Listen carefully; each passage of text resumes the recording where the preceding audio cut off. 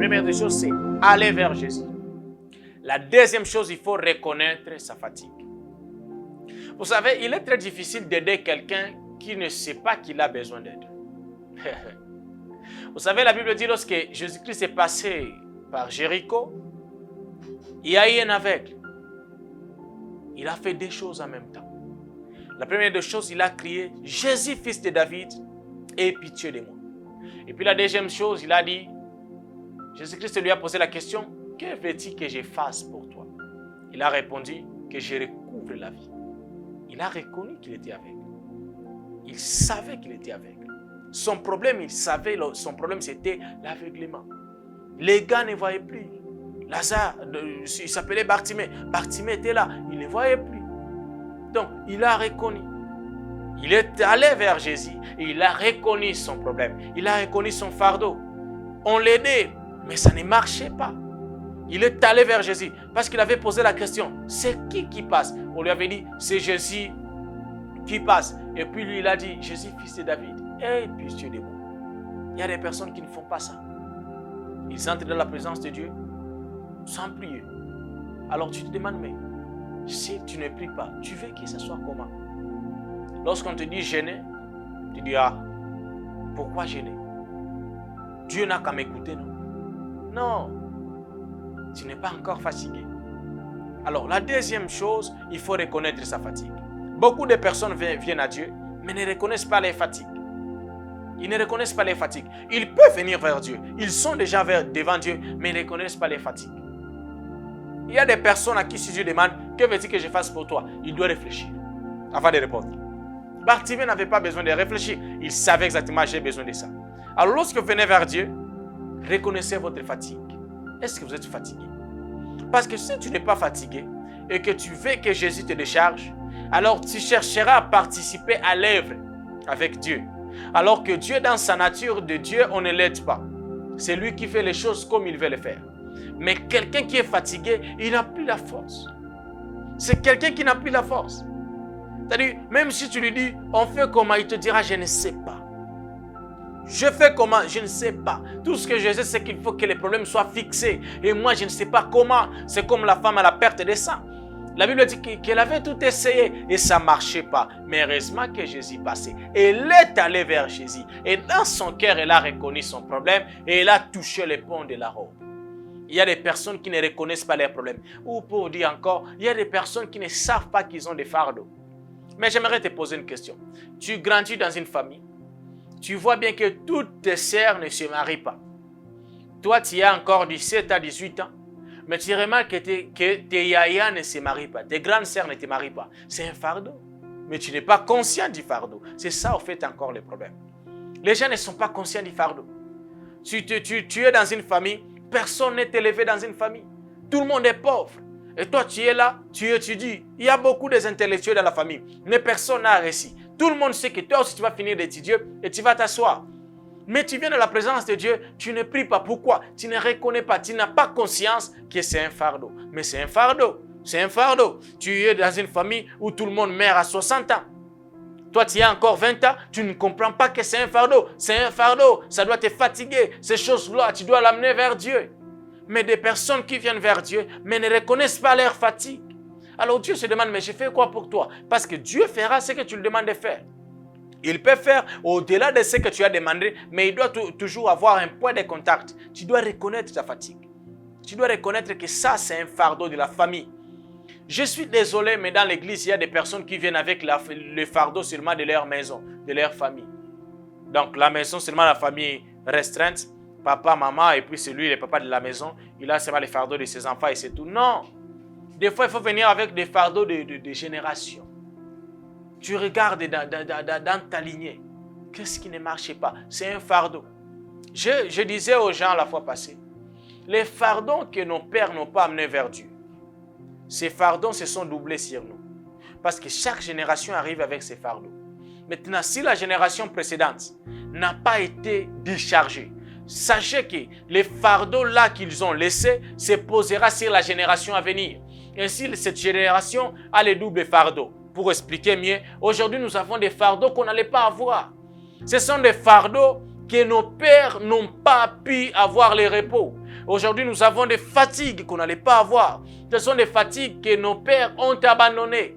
Des fardeaux qu'ils n'ont pas voulu amener vers Dieu pour qu'ils soient déchargés. Alors nous nous retrouvons avec double fardeau. Ainsi, lorsque nous venons devant Dieu, nous venons avec des épaules fatiguées. En réalité, nous sommes une génération fatiguée parce que nos pères n'ont pas pu avoir les repos qu'il fallait pour leurs âmes. Mais Jésus-Christ dit, venez à moi. Ainsi, lorsque tu viens vers Jésus, regarde quel fardeau tu as. Je ne sais pas, peut-être pendant que je parle, il y a quelque chose qui ne va pas. Quelque chose ne va pas. Et tu te dis, mais qu'est-ce que je peux faire? La bonne nouvelle, reconnais que tu es fatigué. Reconnais ta fatigue. Reconnais que tu as un fardeau. Viens dans la présence de Dieu, expose les fardeaux. Pour aller plus vite, la troisième chose, c'est recevoir les instructions. Il dit, venez à moi, vous tous qui êtes fatigués et chargés, et je vous donnerai du repos. Prenez mon joug sur vous et recevez mes instructions. La troisième chose, tu dois recevoir les instructions. Et la quatrième chose, tu dois porter les jougs. Ça peut venir l'une après l'autre ou l'une avant l'autre, mais ce sont les deux choses qui se suivent. Tu reçois les jougs, puis tu reçois les instructions. Ou tu reçois les instructions pour porter les jougs. Alors, pour finir, qu'est-ce que je suis en train de dire? C'est le troisième point, recevoir les instructions. Dieu veut que tu entres en son école. La Bible dit, dans une autre version, la version amplifiée, recevez mes instructions, c'est autrement dit, venez dans mon école. Recevez mes instructions, venez dans mon école. Ainsi, Dieu veut que tu puisses entrer dans son école. Tu sais, il y a des choses qui te fatiguent, pas parce que tu n'as pas beaucoup prié. Non, c'est parce qu'il y a des choses que tu n'as pas compris.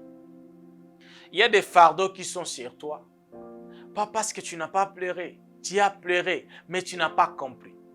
Il y a des connaissances que tu n'as pas. Voilà pourquoi Jésus-Christ répond à Satan, l'homme ne vivra pas du pain seulement. Non, un chrétien ne vit pas du pain seulement. Mais Jésus-Christ dit, mais l'homme vivra de toute parole qui sortira de la bouche de l'Éternel. Parce que la parole qui sort de la bouche de l'Éternel apporte la vie, mais ça peut aussi apporter du pain. C'est ça que Jésus-Christ veut dire. Il ne veut pas dire qu'on va prendre les pages de la Bible et commencer à les mâcher parce qu'on vivra de la parole. Non, il veut dire, tu peux recevoir dans la présence de Dieu une parole qui peut te donner le pain. Mais le pain ne peut pas te donner la parole de Dieu. C'est différent. Ainsi, il nous appelle à vivre de la parole de Dieu. Les instructions. Je dis toujours aux gens ceci. Lorsque tu as prié pour un problème, pendant longtemps, et que tu n'as pas de solution, va dans la présence de Dieu et demande à Dieu, qu'est-ce que je n'ai pas compris? J'ai prié, j'ai jeûné, j'ai fait tout ce que je devrais faire, mais ça ne marche pas. Père, qu'est-ce que je n'ai pas compris? Des fois, il faut s'approcher avec foi. Ne pense pas que Dieu t'exauce parce que tu as beaucoup jeûné. Non. Le fardeau est déposé lorsque nous portons les jours de Dieu et lorsque nous recevons les instructions. Il y a des choses que tu dois comprendre pour te marier. Il y a une parole que Dieu a pour toi pour que tu puisses avoir un bon travail. Ce n'est pas quelque chose de difficile pour Dieu de te donner un travail, mais il y a des choses que tu dois comprendre. C'est la révélation qui est dans ton cœur qui influencera les choses qui viendront vers toi. Plus tu comprends les choses, plus les choses s'attachent à toi.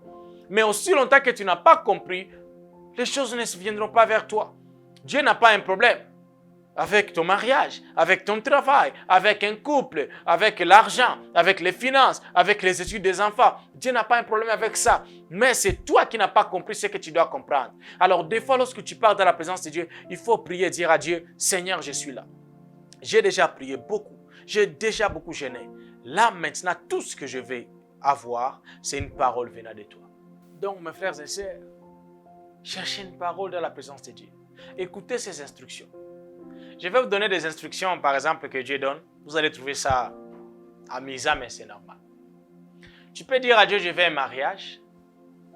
Et puis Dieu te dit, chaque fois que tu te réveilles le matin, arrange ta chambre. Tu vas dire, mais quel rapport y a-t-il entre le mariage et arranger la chambre? moi ce que je veux c'est le mariage. Dieu dit non. Chaque fois que tu te réveilles, arrange ta chambre. Ça c'est quelle instruction? C'est une instruction. Vous savez, des fois, lorsque les gens prient dans la présence de Dieu, ils attendent qu'un prophète commence à prophétiser et leur disent « Non, ton problème, c'est ta tante. » Non. Si tu comprends ce que Dieu veut que tu comprennes, tu te rendras compte que tu as été déchargé. Pourquoi Dieu te dit d'arranger ta chambre? Parce qu'il sait que le mari qu'il va te donner, c'est un mari, il aime beaucoup que la chambre soit arrangée. Alors, vous serez en train de vous disputer chaque fois. Pourquoi? Parce que la chambre n'a pas été arrangée. Et il sait que toi, tu te réveilles, tu te jettes, tu n'arranges pas la chambre, tu jettes les habits partout. Une instruction encore. Tu demandes à Dieu, donne-moi un travail. Dieu peut te dire, mon fils, je peux te donner un travail, mais commence à te réveiller chaque jour à 7 heures du matin. Tu vas dire, mais quel rapport y a-t-il entre avoir un travail et se réveiller 7 heures du matin? Dieu, donne-moi un travail. Dieu sait que tu es paresseux. Et il va te donner un bon travail. Mais la discipline, le temps, c'est quelque chose qu'on respecte là-bas. Alors tu dois te réveiller à 7 heures pour arriver au travail à 8h30. Mais si tu ne comprends pas l'instruction de Dieu, tu vas dire, mais Dieu, quand même, attends-toi. Donc, qu'est-ce que j'ai fait de ça? Non. Il faut suivre les instructions de Dieu. Alors, toutes ces choses, tu peux demander à Dieu, donne-moi un enfant. Et Dieu te dit, commence à bien traiter les enfants des voisins qui passent toujours devant toi, chez ta maison. Tu vas dire, mais Dieu, quel rapport? Sachez qu'à chaque fois que Dieu vous donne quelque chose, vous dit quelque chose, il sait pourquoi il vous dit la chose. Obéissez, ça ne vous dit pas. Obéissez. Mais, lorsque nous parlons des instructions, il dit, venez à mon école. Ça veut dire, entrez dans l'école de l'esprit. Au fait, à chaque fois que Dieu veut faire quelque chose dans notre vie, il nous amène dans l'école du Saint-Esprit. Et là, nous pouvons être enseignés. La Bible dit, l'Esprit de Dieu témoigne de Jésus-Christ. Ainsi, lorsque nous entrons dans l'école de l'Esprit, nous entrons dans un domaine où nous allons connaître Jésus-Christ. Et nous connaissons Jésus-Christ pour être comme Jésus. Ainsi, le Saint-Esprit nous révèle le Christ. Il nous révèle aussi le Père. Alors, lorsque Dieu dit, entrez dans mon école, il veut simplement vous dire, entrez dans l'école de l'Esprit et apprenez. Mais lorsque nous lisons Galates, chapitre 5, verset 16, la Bible dit, je vous dis donc, laissez le Saint-Esprit diriger votre vie et vous n'obéirez pas au désir qui amène l'homme livré à lui-même ou au désir de la chair. Ainsi, lorsque Dieu te dit, reçois mes instructions, tu ne peux les avoir ailleurs, seulement dans l'école du Saint-Esprit. Les instructions de Dieu, nous les recevons par le Saint-Esprit. Ainsi, les fardons sont déchargés lorsque nous comprenons ce domaine-là. Dieu veut que nous puissions apprendre quelque chose. Car il dit, prenez mon joug sur vous et recevez mes instructions. Le joug de Dieu, c'est quoi? C'est plusieurs choses. C'est sauver les âmes. Le joug de Dieu, c'est quoi? C'est bâtir l'église, afin de présenter une église sans tache et sans ride lorsque Jésus-Christ viendra. Le joug de Dieu, c'est quoi? C'est que les païens soient sauvés. C'est quoi le fardeau de Dieu? Le fardeau de Dieu, c'est que les pécheurs reçoivent le salut. C'est quoi le fardeau de Dieu? Le fardeau de Dieu, c'est que les malades soient guéris. C'est quoi le fardeau de Dieu? Le fardeau de Dieu, c'est que les gens soient délivrés des esprits impies. Le fardeau de Dieu, c'est que les démons soient chassés dans les corps des gens. Ça fatigue les gens. Ainsi, le cœur de Dieu soupire lorsqu'il voit des générations en train d'aller en enfer. Ça fait mal à Dieu. On priait avec quelqu'un la fois passée et je lui ai partagé quelque chose que Dieu m'a montré un jour pendant mes moments de prière. Vous savez, un jour, j'ai prié. J'ai prié, ça faisait déjà beaucoup de jours. Et puis, je demandais à Dieu des choses. Je demandais à Dieu des choses. Et puis, Dieu m'a posé la question. Il m'a dit, Samuel, tu m'as déjà beaucoup demandé. J'ai dit, oui, toi, tu donnes. Tu as tout. Il m'a dit, oui. Il m'a dit, mais est-ce que toi, tu t'es déjà demandé ce que moi j'ai vu? Donc, toi, j'étais là, j'ai dit, mais Dieu, toi, tu n'as pas de besoins. C'est nous qui avons des besoins. Dieu dit, est-ce que tu m'as demandé ce que moi je voulais? Toi, tu me dis ce que tu veux. Tu m'exposes tes besoins. Mais est-ce que toi, tu t'es déjà demandé? Tu m'as déjà demandé ce que moi je veux. Ou tu t'es déjà demandé, lui, il veut quoi? Je lui ai déjà demandé ceci, ceci et ceci. Maintenant, lui, il veut quoi? Tu te dis, moi aussi, je n'ai jamais demandé la question à Dieu. C'est ça le problème. Parce que nous ne pensons pas que Dieu aussi peut avoir quelque chose, un besoin. Donc, lorsque nous prions pour les requêtes, Dieu aussi a une requête. Lorsque nous prions pour les besoins, Dieu aussi a nous. Lorsque nous prions pour afin que nous soyons déchargés, Dieu aussi a des fardeaux. C'est quoi les fardeaux de Dieu? C'est ce qu'il dit. Prenez mon joug sur vous. Prenez mon fardeau sur vous. Portez aussi. J'ai aussi quelque chose que je porte. Alors si vous voulez que je vous décharge, portez aussi ce que moi je porte. C'est-à-dire, je prendrai ce qui est à vous et vous prenez ce qui est à moi. Moi, Dieu, je suis esprit. Je ne peux pas aller guérir les malades. J'ai besoin de quelqu'un me prête son corps afin que je l'utilise pour guérir les malades. Moi, Dieu, je suis esprit. Je ne peux pas chasser les démons. Je veux que quelqu'un me prête son corps, son âme et son esprit, afin que je puisse faire mon habitation à lui et que je parte chasser les démons. Moi, Dieu, je souffre. Lorsque je vois que les gens partent en enfer, j'ai besoin d'un serviteur disponible qui va venir dans ma présence et dire, me voici, envoie-moi. Ainsi, nos fardeaux sont déchargés lorsque nous portons les fardeaux de Dieu. Mais nous sommes dans l'église, nous avons des chrétiens, ils s'en foutent de ce que Dieu veut. Ils n'ont que faire des besoins du Seigneur. Ils veulent seulement que Dieu les décharge. C'est compliqué. Oui, peut-être tu ne savais pas que Dieu aussi avait des fardeaux. Dieu a un fardeau, un seul fardeau, que les hommes soient sauvés. Dieu a un fardeau, un seul fardeau, que les malades soient guéris. Oui, il a un seul fardeau, que les gens soient délivrés. Jésus-Christ vient et il entre dans le temple. On lui donne les rouleaux, il ouvre. Et il expose son fardeau. Il dit, l'Esprit du Seigneur est sur moi, car il m'a envoyé pour annoncer la bonne nouvelle. C'est le fardeau de Dieu, que la bonne nouvelle soit annoncée. Guérir les malades, c'est le fardeau de Dieu, que les malades soient guéris. Pour délivrer les captifs, c'est le fardeau de Dieu, que les prisonniers soient délivrés. Il dit, pour annoncer aux pauvres la bonne nouvelle. Il y a des gens qui sont pauvres, c'est le fardeau de Dieu, afin que la bonne nouvelle arrive jusqu'à eux. Mais est-ce que lorsque tu viens dans la présence de Dieu, tu te poses ces questions? Je ne vais pas répondre à ta place, mais je crois que non. Alors, nous voulons que Dieu nous décharge. Mais nous, on ne veut pas décharger Dieu. On ne veut pas décharger Dieu. On ne veut pas être disponible. Qu'est-ce que Dieu te demande? Une seule chose. Sois disponible. Présente-toi. Il t'utilisera. C'est lui qui t'utilisera. L'apôtre Paul dit, c'est lui qui vous a appelé est juste et fidèle. Et c'est lui qui fait. Donc, tout ce que tu dois faire, c'est te donner à Dieu. Ainsi, lorsque nous lisons ces passages de la Bible, nous nous rendons compte que c'est comme si Dieu demande, donnez-moi ce qui vous fatigue, et moi je vous donnerai ce qui me fatigue. Ainsi, nous avons une génération, nous nous réveillons seulement, nous prenons soin de nos enfants, de la femme, on prépare les maris, et puis la semaine passe, les mois passent. On ne se demande pas, mais Dieu, il veut quoi? Lui, il veut quoi? Des fois, entrer dans la présence de Dieu bien-aimé, et demande à Dieu, qu'est-ce que toi tu veux? Toi, tu veux un travail, Dieu veut quoi? Toi, tu veux un mari. Dieu veut quoi? Ça fait déjà longtemps que tu pries pour ce mariage, n'est-ce pas? Là, j'ai avancé. Tu n'as pas jusqu'à maintenant même un petit ami qui est sérieux. Demande-toi d'abord, Dieu veut quoi? Ça fait longtemps que tu demandes à Dieu une stabilité financière. Tu dis à Dieu, Père, stabilise-moi. Tu pries, tu pleures. Seigneur, aie pitié de moi. Il a pitié de toi. Mais c'est toi qui ne comprends pas. Voilà pourquoi il dit, recevez mes instructions. Lui, il veut quoi? Je te donne une histoire je suis en train d'aller finir. Lorsque nous lisons l'histoire de Samuel, nous voyons que c'est un enfant qui est venu d'une femme stérile, et puis c'est une longue histoire. Mais parlons un peu de sa maman. Vous savez, Anne avait fait plusieurs années en train de demander à Dieu un enfant. Dieu n'avait pas donné. Il n'avait pas donné, pas du tout. Donc Anne venait dans la présence de Dieu. Chaque jour, il disait à Dieu, Dieu, j'ai besoin d'un enfant. Dieu disait, ok. Anne rentrait. Il revenait encore. Dieu, j'ai besoin d'un enfant. Dieu disait, ok. Anne partait chez elle. Elle priait et elle pleurait. La Bible dit, Anne était stérile. Pénina, elle avait d'enfants. Pénina, il était en train de provoquer Anne, mais c'est elle qui avait d'enfants. Il avait plusieurs enfants, mais Anne n'en avait pas. Peut-être Anne disait, mais ça c'est l'injustice. Pénina ne prie même pas. Moi je prie. Pourquoi tu ne me donnes pas un enfant?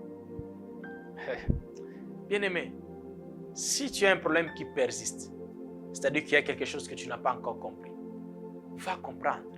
Tu es malade, ça fait longtemps. Tu pries, la guérison n'est pas là.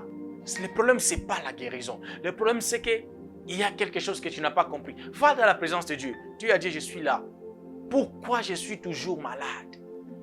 Jérémie a posé la question à Dieu. Il a dit, pourquoi ma souffrance est-elle continuelle? Pourquoi ma plaie refuse-t-elle de se guérir?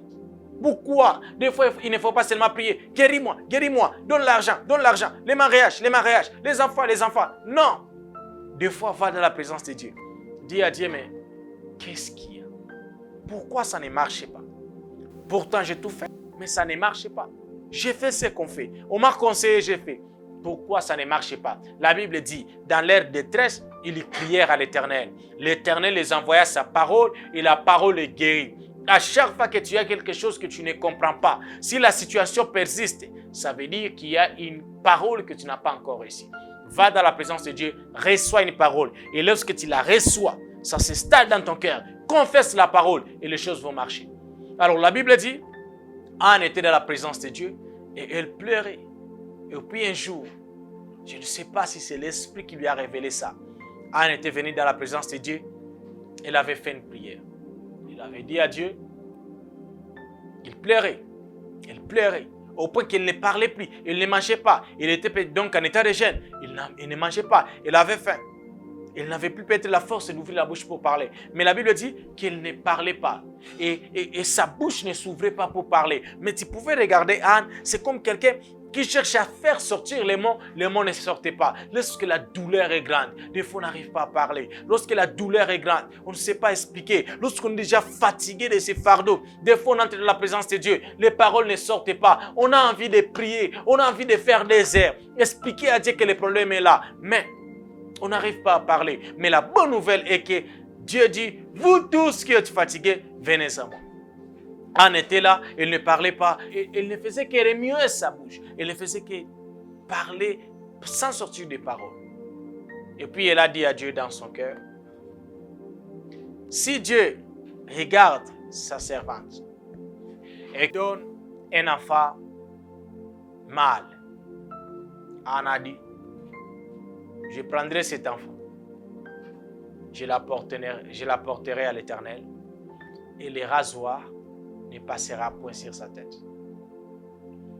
Je suis sûr qu'au ciel, les anges ont sauté et ils ont dit, waouh, Dieu en a compris ce que tu voulais. Pourquoi? À ce temps-là d'Élie, les prophètes, il n'y en avait pas. La Bible dit, la parole de Dieu se faisait rare. Donc les gens n'écoutaient plus Dieu. Élie était déjà vieux. Ses yeux ne voyaient plus bien. Et lorsque Anne a dit ça, Dieu a dit, c'est ce que j'ai cherché. C'est-à-dire, Dieu cherchait un prophète, Anne cherchait un fils.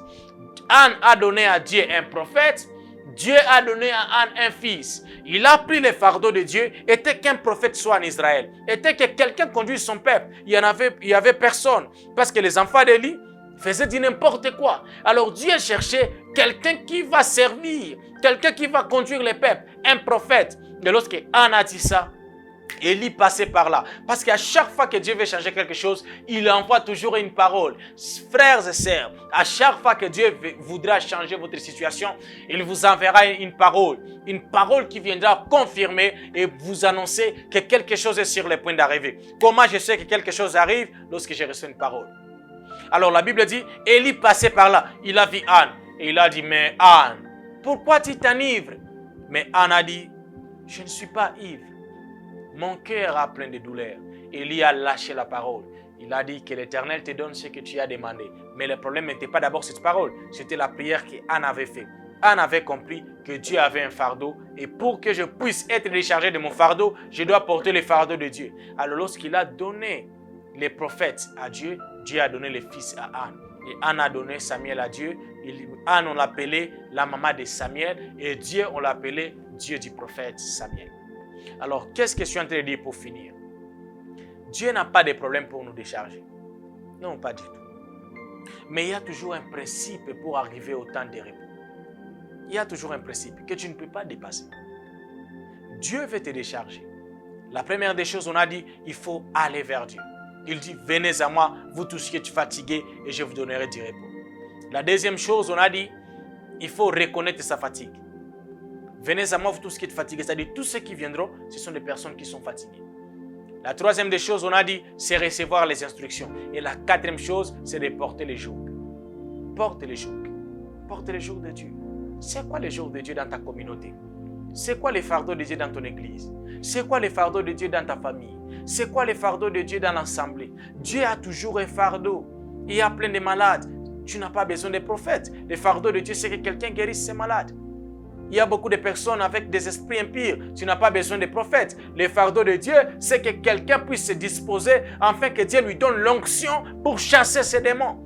C'est quoi le fardeau de Dieu? L'église n'est pas construite. Tu n'as pas besoin des prophètes. C'est-à-dire que Dieu t'a donné les moyens afin que tu puisses pourvoir aux besoins de l'église. C'est quoi le fardeau de Dieu? C'est que quelqu'un puisse se disponibiliser, l'intercession soit renforcée, la chorale soit renforcée. Tu n'as pas besoin d'une prophétie, frères et sœurs. Tu as besoin seulement de te disposer. L'onction, Dieu te donnera. La capacité, Dieu te donnera. Mais ton cœur doit être disposé. Alors, mon message d'aujourd'hui, c'est je vous donnerai du repos. C'est-à-dire, en conclusion, pour recevoir les repos, il faut porter les fardeaux de Dieu. Si tu veux que Dieu te décharge de ton fardeau, porte les fardeaux de Dieu. Et lorsque tu porteras les fardeaux de Dieu, Dieu te déchargera de ton fardeau. Porte sur toi les fardeaux de Dieu. Prie pour ta famille, prie pour l'église, prie pour les personnes autour de toi, prie pour les païens, prie pour les nations. Fais du bien si tu peux. Il y a beaucoup des orphelins. Les fardeaux de Dieu, c'est qu'ils soient bien. Fais-leur du bien, agis bien, fais des bonnes choses. C'est les fardeaux de Dieu. Dieu souffre lorsque les gens partent en enfer. Un jour, j'ai prié et j'ai vu une ligne. Beaucoup de jeunes étaient sur une même ligne. Et puis ces jeunes-là tombaient dans le feu. Je me suis réveillé, j'ai pleuré. J'ai dit, Seigneur, c'est quoi ça? Dieu m'a dit, c'est mon fardeau. Je veux que ces jeunes soient sauvés. Mais les gens ne sont pas disponibles pour les apporter l'évangile. Tu ne peux pas prêcher. Tu peux soutenir un missionnaire. Tu lui dis, moi je ne prêche pas. Toi tu es un missionnaire. Prends l'argent, prêche aux gens.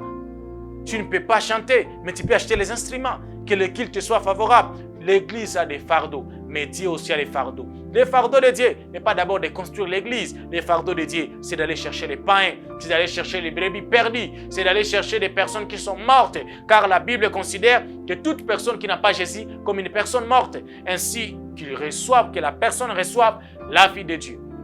Ainsi, si tu veux être déchargé de ton fardeau, porte le joug de Dieu. Reconnais que tu es fatigué. La Bible dit dans Psaume 121, verset 1, « Je lève mes yeux vers les montagnes, d'où me viendra le secours. » Que tu auras compris toutes ces choses, les 4 choses que je viens de dire, il restera une chose, c'est recevoir les repos. Recevoir les repos. Tu viens déjà, tu reconnais ta fatigue, tu comprends que tu es fatigué, tu comprends déjà les fardeaux. Au-delà de ça, tu reçois les instructions, tu portes le joug de Dieu. Maintenant, il faut recevoir les repos. Frères et sœurs, le repos n'est pas humain, le repos est divin. Tu veux recevoir les repos, il faut recevoir. Il faut aller dans la présence de Dieu et recevoir. Il dit, venez à moi, vous tous qui êtes fatigués. Le repos est disponible. Une fois que tu es venu, tu as reconnu que tu es fatigué. Tu reconnais que tu es fatigué. Tu dis à Dieu, je suis fatigué. Avec ces couples me fatiguent. J'ai envie de divorcer. Mais à cause de ta parole, je tiens encore bon. Ces enfants me fatiguent. Je ne peux pas les porter moi seul. Aide-moi, Seigneur. Lorsque tu finis ce genre de prière, tu dis à Dieu maintenant, c'est quoi ton fardeau aussi? J'aimerais porter ton joug. J'aimerais porter ton fardeau. À toi aussi. Car toi aussi tu as un fardeau. Lorsque tu auras déjà reçu les instructions. C'est quoi les instructions? Me mettre sur l'école, dans l'école du Saint-Esprit. Recevoir les directives du Saint-Esprit. Développer les fruits de l'Esprit à moi. Comprendre la volonté de Dieu. Marcher dans les pas de Dieu. Marcher dans l'amour comme Dieu. Après, lorsque tu auras accompli ces choses, il faudra maintenant recevoir les repos. Et c'est la prière que je vais faire pour toi pour finir. Recevoir les repos. La prochaine fois, lorsqu'on viendra, je vous parlerai des choses qui nous empêchent de recevoir les repos. Il y a beaucoup de choses qui nous empêchent de recevoir les repos. Beaucoup de choses. Dieu veut te donner les repos, mais tu n'arrives pas à recevoir les repos. Tu as déjà fait des sacrifices, mais tu ne reçois pas les repos. Pourquoi? Ça, c'est pour la prochaine fois. La prochaine fois, ça sera comment recevoir les repos ou les choses qui nous empêchent de recevoir les repos. Mais aujourd'hui, j'aimerais prier pour toi. Éternel Dieu, nous te bénissons. Merci pour les frères ou la sœur qui écoutent ces messages. Nous voulons être déchargés, car ta volonté, c'est de nous décharger. Nous voulons recevoir les repos. Père, nous voulons recevoir ces repos. Les repos qui viennent de toi. Nous sommes fatigués des maladies. Nous sommes fatigués des problèmes. Nous sommes fatigués de ces couples qui ne marchent pas. C'est compliqué, Seigneur. Donne-nous les repos. Nous voulons recevoir ces repos. Viens décharger ma sœur, viens décharger mon frère. Nous recevons ce repos. Le repos est divin. Le repos vient de toi, Seigneur. Et c'est par la prière qu'on reçoit toutes choses venant de toi. Donne-nous le repos. Pendant que je prie pour ma sœur qui est malade, donne-lui le repos. Pour mon frère qui souffre dans son corps, donne le repos. Donne le repos aux personnes qui se sentent encore oppressées. Donne le repos, Seigneur, à ces couples fatigués. Donne le repos à cette église qui n'avance pas. Donne le repos. Et que toutes choses marchent selon toi. Merci parce que tu donnes le repos. La gloire est à toi. Le nom est à toi.